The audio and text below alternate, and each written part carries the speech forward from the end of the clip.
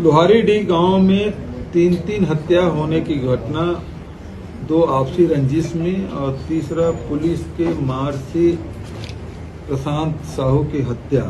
ये 3 मामले हैं, पूरे प्रदेश को झकझोर दिया है। पूरी मानवता है वो शर्मसार हो गई है, क्योंकि जेल में बंद जो कैदी हैं उनके साथ अमानवीय व्यवहार किया गया है। वो खून की उल्टियाँ कर रहे हैं, पिटाई इतनी कि वो बैठ पा रहे हैं न चल पा रहे हैं।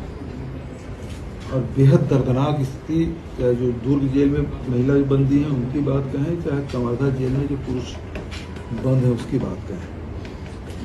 इस बात को लेकर प्रदेश कांग्रेस कमेटी ने बंद का आह्वान किया था और बंद सफल रहा। जो संदेश देना था वो पहुंच गया जनता तक के भी और सरकार तक के भी। और इसी की परिणति रही कि एसपी, कलेक्टर, डीएसपी सब हटाए गए और रेंगा खार के पूरे स्टाफ को बदल दिया गया। सरकार की तरफ से पहले तो इसे आत्महत्या की घटना बता रहे थे, लेकिन अब सरकार ने स्वीकार कर लिया कि ये सरकार की नाकामी है और उसके चलते ये घटना घटी। मुख्य रूप से बात यह है कि विष्णुदेव जी से मैं मांग करना चाहता हूँ कि सबसे पहले, क्योंकि जो प्रशांत साहू की जो मां ने जो बताया और उनके विभिन्न शरीर के विभिन्न हिस्सों में जो मार पड़ी है, उसके भाई, उसके दोनों भाई के शरीर में जो चोटों के निशान हैं, और उन्होंने जो बताया कि हर जो लोहारीडीह के जो लोग गिरफ्तार हुए उसकी स्थिति इसी प्रकार के सभी के शरीर में चोट के निशान है। किसी हाथ फ्रैक्चर है, कोई खून की उल्टी कर रहा है, कोई चल नहीं पा रहा है, कोई उठ नहीं बैठ पा रहा है, कोई खा नहीं पा रहा है, ये स्थिति है। तो सबसे पहले मेरी डिमांड है विष्णुदेव जी से कि आप इन जो लोहारीडीह के जो बंदी हैं सभी को अस्पताल में भर्ती करा के जो पूरे शरीर की जांच कराएं। कारण ये है कि बहुत सारी चोटें जो बाहरी दिखाई दे रहा है, बहुत सारी चोटें अंदरूनी हैं, क्योंकि बेतहाशा मतलब मारे हैं, कपड़े उतार के मारे हैं और डंडे से मारे हैं, पट्टे से मारे हैं, लात घूसे से मारे हैं, तो अंदरूनी चोटें भी हो सकती है। इसलिए इन सब का पूरे बॉडी का चेकअप कराना चाहिए और प्रॉपर इलाज इन लोगों का हो। ये पहली डिमांड है। पुलिस प्रशासन ने मान लिया है कि विवेचना ठीक नहीं हुआ, गलत गिरफ्तारियां हुई है, स्वीकार कर लिया। क्योंकि मैंने पहले उठाया था कि कचरू के पोस्टमार्टम करने के लिए मध्य प्रदेश गए थे जो 4 लोग, उसको भी गिरफ्तार कर लिया गया। अब कचरू की वाइफ, उसके पति की हत्या हो गई है, अब उसको भी गिरफ्तार कर लिया। एक व्यक्ति ये यहाँ के रहने वाला, यहाँ काम करता है सुपेला में, भिलाई सुपेला में, वो 3 बजे वहाँ पहुंचा, महार जाति का है, तो उसको भी गिरफ्तार कर लिया। तो ऐसे लोगों को गिरफ्तार कर ले जो थे ही नहीं और उनको सबको जेल में ठूस दिया।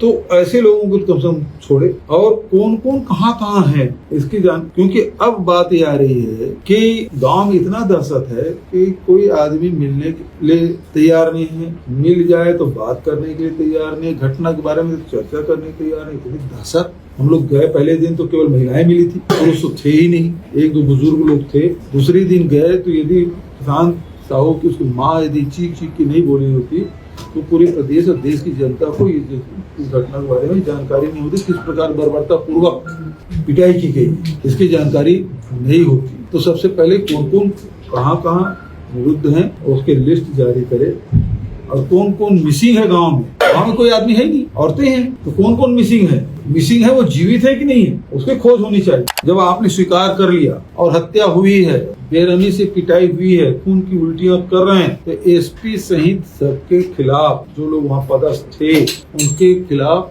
302 के FIR पंजीबद्ध होना चाहिए, हत्या के जुर्म दर्ज होना चाहिए। हमारी डिमांड कि आपने इसे मजिस्ट्रियल जांच की बात कही है, इसको जुडिशरी इंक्वायरी होना चाहिए, न्यायिक जांच होना चाहिए। एसडीएम क्या जांच करेगा अपने कलेक्टर के खिलाफ, अपने एसपी जो सीनियर अफसर है उसके खिलाफ क्या जांच करेगा, इसलिए इसकी न्यायिक जांच होनी चाहिए। तीसरी बात ये है कि जो मृतक परिवार है, जैसे प्रशांत साहू, उसकी पत्नी पहले से खत्म हो गई है, अब वो भी खत्म हो गया, 8 साल तो एक लड़का है, अब उसका कोई नहीं, तो उसकी व्यवस्था। दूसरा, कचरू साहू उर्फ प्रसाद साहू, उसके 5 बच्चे हैं, 5 नाबालिग, बड़ी 2 लड़कियां, वो 9th क्लास में है, बच्चा 6वीं में है, एक छोटा बच्चा गोद में है, और पत्नी जेल। जो मृतक है उसकी पत्नी को भी जेल में डाल दिया गया। तो 5 बच्चे घर में हैं, उसकी कोई भी व्यवस्था नहीं। तो ये हमारी सरकार में तो 50-50 लाख के लोग मांग करते थे मुआवजा, तो इनके परिवार के लोगों को भी 50-50 लाख रुपया दिया जाए। कुछ लोग बयान दे रहे थे कि हमारा समर्थन नहीं है, वो बोल रहे थे हमारा समर्थन नहीं है, ये दिलवाया गया, ये भी डर में किया गया। लेकिन मैं कहना चाहूंगा, जब आदिवासी के फर्जी इनकाउंटर हो रहे थी सरकार में, इस 9 महीने सरकार में, तब सब लोग चुप थे।